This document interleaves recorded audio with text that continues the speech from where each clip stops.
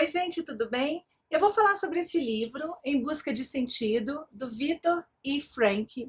O Viktor Frankl, ele foi médico, psiquiatra, lecionou em muitas universidades pelo mundo, como Harvard e outras. Ele foi professor também na Universidade Internacional da Califórnia e foi professor na Universidade de Viena. Ele escreveu 32 livros. O Viktor Frankl foi quem fundou a logoterapia. Ele foi prisioneiro em alguns campos de concentração na época da Segunda Guerra Mundial.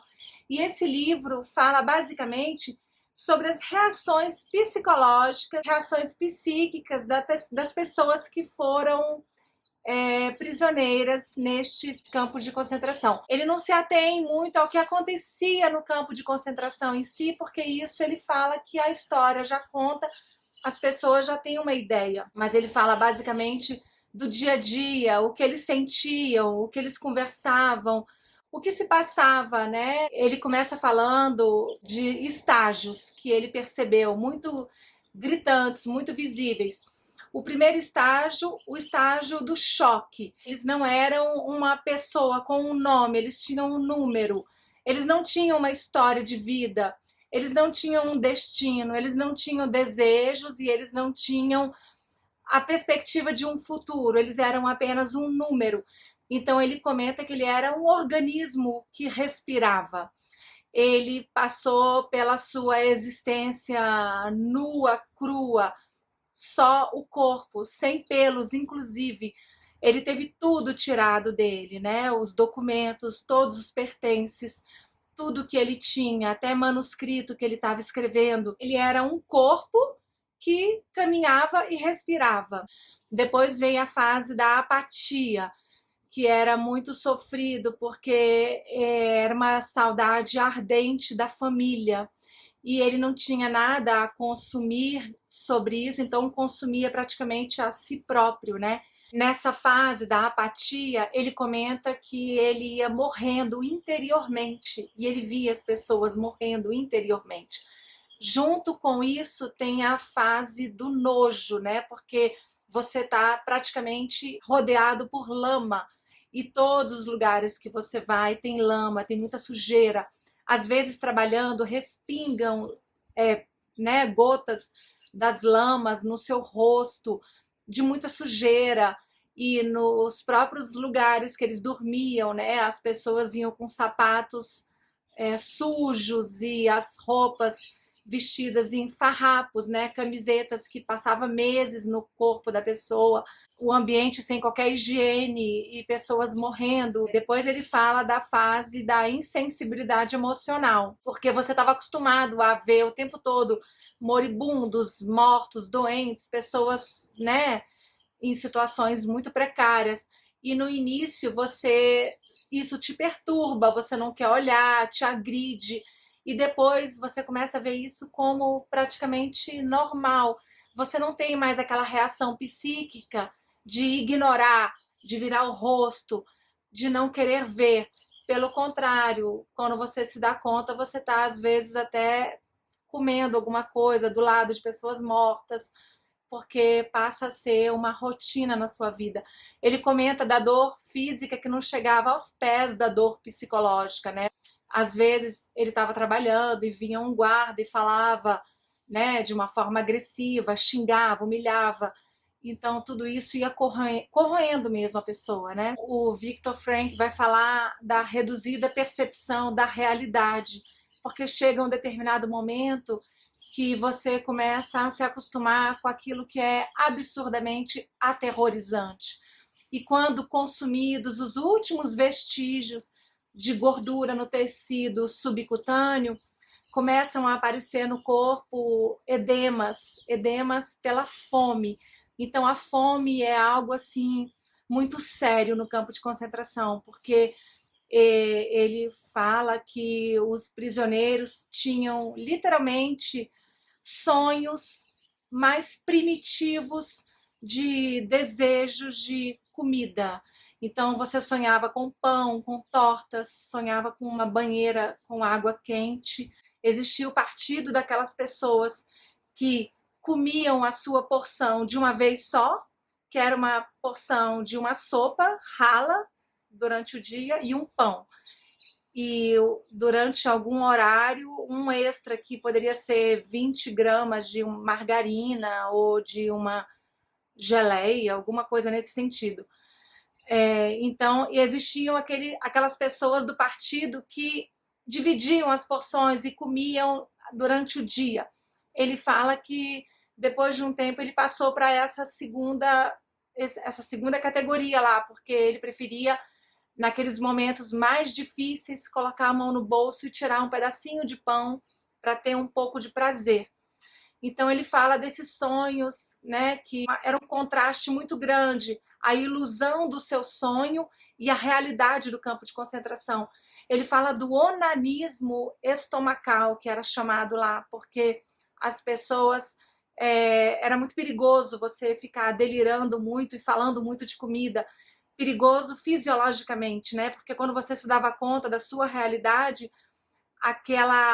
aquele prazerzinho, né, momentâneo, psíquico de você pensar na comida, que te dava muito prazer, depois trazia consequências muito sérias, né, muito graves, porque você voltava para a sua realidade. O Viktor Frankl, ele vai comentar que, por exemplo, a fome e a falta de sono já são dois fatores que, em uma vida normal, né, para pessoas vivendo em um ambiente normal, já são fatores que deixam uma pessoa muito irritada, em demasia, se eles não são feitos satisfatoriamente, né?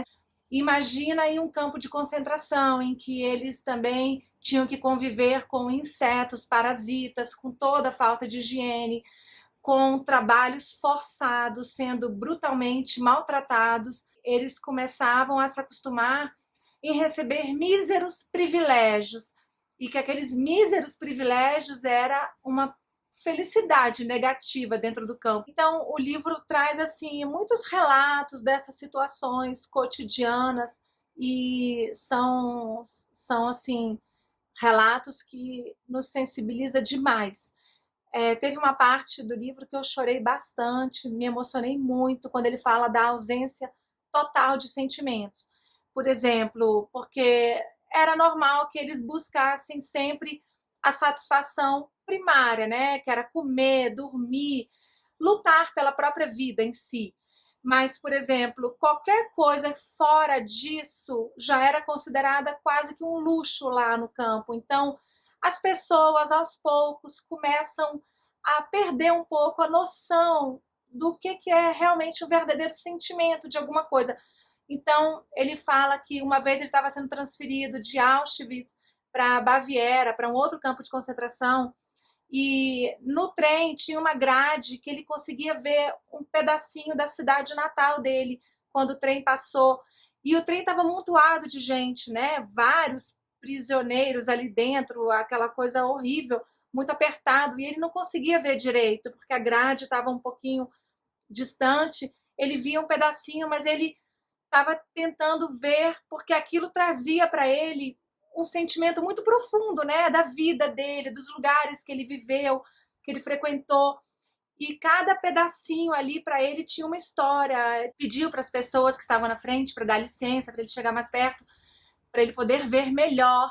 E falaram para ele: já que você nasceu aí, você já deve ter visto o suficiente, não tem mais nada para ver.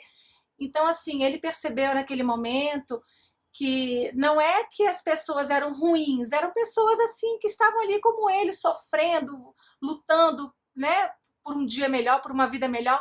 Só que as pessoas vão sendo tomadas por tanta coisa ruim que você não valoriza mais nada. Uma outra situação também que eu chorei bastante foi quando ele fala que nesses momentos mais difíceis ele conversava com a esposa dele, né? E ele conversava e ela respondia, e ele olhava e falava que naquele momento os olhos dela brilhavam mais do que o próprio sol, de tão real que era para ele, né? Apesar de não ser uma situação real, para ele era assim, toda a realidade. E que naquele momento ele entendeu o significado da fé humana, da poesia e da redenção no amor e pelo amor. É um trecho muito bonito do livro. O autor comenta também que eles, os prisioneiros ali naquela situação, eles começavam a se acostumar com a felicidade miserável, né? Que seria aquela felicidade no sentido negativo de Schopenhauer, diz ele aqui, que é uma isenção de sofrimento. Então você não podia jamais condenar ninguém lá dentro por defender um amigo ou por tentar poupar a própria vida, né? Por às vezes não ser tão cordial, tão camarada como deveria ser, porque naquela situação estava todo mundo tentando se salvar.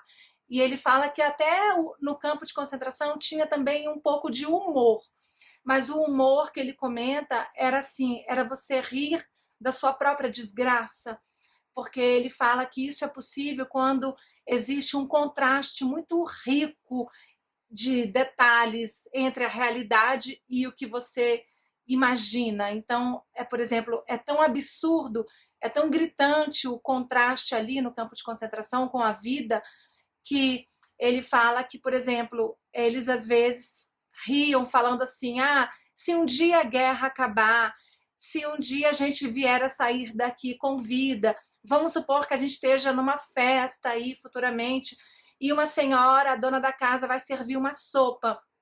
A gente vai falar para ela, eu aceito, mas eu quero que a senhora pegue a parte do fundo. Aí eles riam disso, porque lá no campo de concentração, pedir para pegar do fundo era você ter condições de comer um pouquinho mais da comida, né, da ervilha ou da batata. Ele também fala que, por exemplo, quando eles estavam sendo transferidos de um campo de concentração para outro, e aí, por exemplo, tinham aqueles campos que eram mais temidos, né, que eram mais conhecidos, como, aquele ali tem câmara de gás, aquele dali é um campo que quem vai não costuma voltar, ou então que sofre muito mais do que os outros. Então, ele fala que nesse momento da transferência, muitas vezes dentro do trem, quando eles viam que o trem não ia para aquele pior campo de concentração, ia para outro campo de concentração, a felicidade deles era muito grande, né? Uma felicidade miserável, porque também era horrível, também era um lugar horroroso, mas assim, era menos pior do que aquilo que poderia ser. Então ele fala que tinha momentos até que eles dançavam no trem de felicidade, de estar indo apenas para aquele outro campo que não era o pior de todos.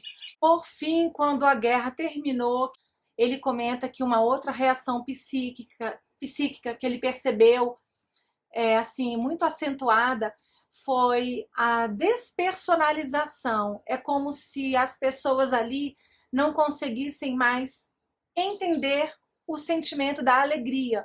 Então, tinha que ser tudo feito de uma forma muito gradativa, para que cada um, aos pouquinhos, encontrasse a sua própria verdade. Porque ele fala que, para eles, foi também um choque. Era como se, como acontece com os mergulhadores, que estão sob uma pressão atmosférica muito grande e saem de repente. Ele disse que foi a mesma coisa. Eles estavam já podendo sair do campo de concentração, mas muitos deles não sabiam como agir, para onde ir, o que fazer, e tinha até um pouco de medo naquilo tudo. Era um terreno desconhecido de novo para eles. O Viktor Frankl fala que ele fala sobre a questão temporal e espacial no campo de concentração, né? Mas assim, ele fala que no sentido geral, a existência da pessoa no campo de concentração pode ser considerada como ter sido provisória, mas sem prazo, né? Eles sabiam que a guerra um dia ia acabar, mas não sabiam quando isso ia acontecer. Então ele fala que acontecia muito lá dentro a ausência de perspectiva no futuro, a falta de vontade no futuro, e que isso era muito perigoso no campo de concentração, porque aquela pessoa que não encontrava um sentido para a sua vida, não encontrava um porquê de estar vivendo e uma meta a seguir, essa pessoa geralmente ela sucumbia à doença e ela não aguentava aquilo. Então era muito importante você ter uma vontade de futuro. E ele fala da nossa liberdade espiritual, interior, né? Ele fala que a gente pode encontrar um sentido para a nossa vida, que até no sofrimento existe um sentido. Então ele fala muito assim, que o século XX foi muito marcado por um vazio existencial nas pessoas em geral. Tem uma parte do livro dele que ele cita o seguinte trecho: não são poucos os casos de suicídio que podem ser atribuídos a esse vazio existencial. Fenômenos tão difundidos como depressão, agressão e vício não podem ser entendidos se não reconhecermos o vazio existencial subjacente a eles. Ele vai falar nessa parte da logoterapia que a vida, ela não é vaga, ela traz um pedido concreto para todos nós, e que quando a gente se dá conta daquilo que a vida está nos pedindo de concreto, a gente tem que, digamos assim, cumprir aquela tarefa, e que a gente se sente responsável por algo e a gente vai buscar algo de concreto para fazer nas nossas vidas. Tem um trecho que ele cita aqui, olha: em última análise, a pessoa não deveria perguntar qual o sentido da sua vida, mas antes deve reconhecer que é ela que está sendo indagada. Em suma, cada pessoa é questionada pela vida, e ela somente pode responder à vida respondendo por sua própria vida. A vida, ela somente pode responder sendo responsável. Assim, a logoterapia vê na responsabilidade a essência propriamente dita da existência humana. Bom, e já no finalzinho do livro, o Viktor Frankl comenta que foi feita uma pesquisa estatística em 48 universidades e foi perguntado para esses estudantes o que mais importava para eles neste momento, né?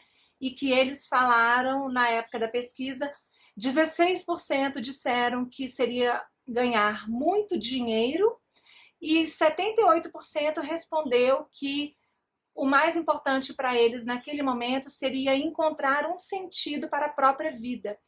Então, isso que ele fala do vazio existencial no século XX, eu acredito que continua muito agora, né, no século XXI. Eu acho que as pessoas hoje ainda buscam muito, assim, o seu autoconhecimento, tentam responder muito essa questão da felicidade, quando vão encontrar a felicidade. Então eu acredito que nós estamos ainda hoje muito perdidos nessa questão, né? Eu acho que é muito importante olhar para a própria vida e buscar o próprio sentido daquilo que você quer, daquilo que é importante para você, e não se comparar com outras pessoas, não querer ter o que os outros têm e ser como os outros são. A gente fazer algo melhor no dia de amanhã para nós mesmos e para aqueles que nos cercam, nossos amigos, nossa família. E é um livro que traz uma lição de vida muito bonita. Apesar de todo o sofrimento que ele passou, ele conseguiu, né, encontrar algo fenomenal em tudo isso, que ajudou praticamente a humanidade toda. Esse livro já foi vendido e foi traduzido para vários idiomas. Esse ano que a gente viveu agora, 2020, foi um ano de muito sofrimento, de muita tristeza, e eu acho que as pessoas precisam se agarrar a tudo, a esperança, a coisas boas e a um propósito melhor das suas vidas. É isso, muito obrigada a todos vocês.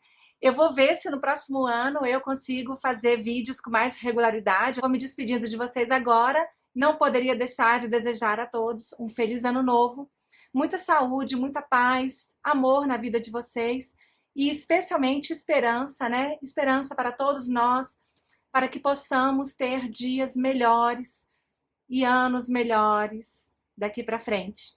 Tá bom? Um beijo. Até o próximo vídeo. A gente vai se falando. Tchau!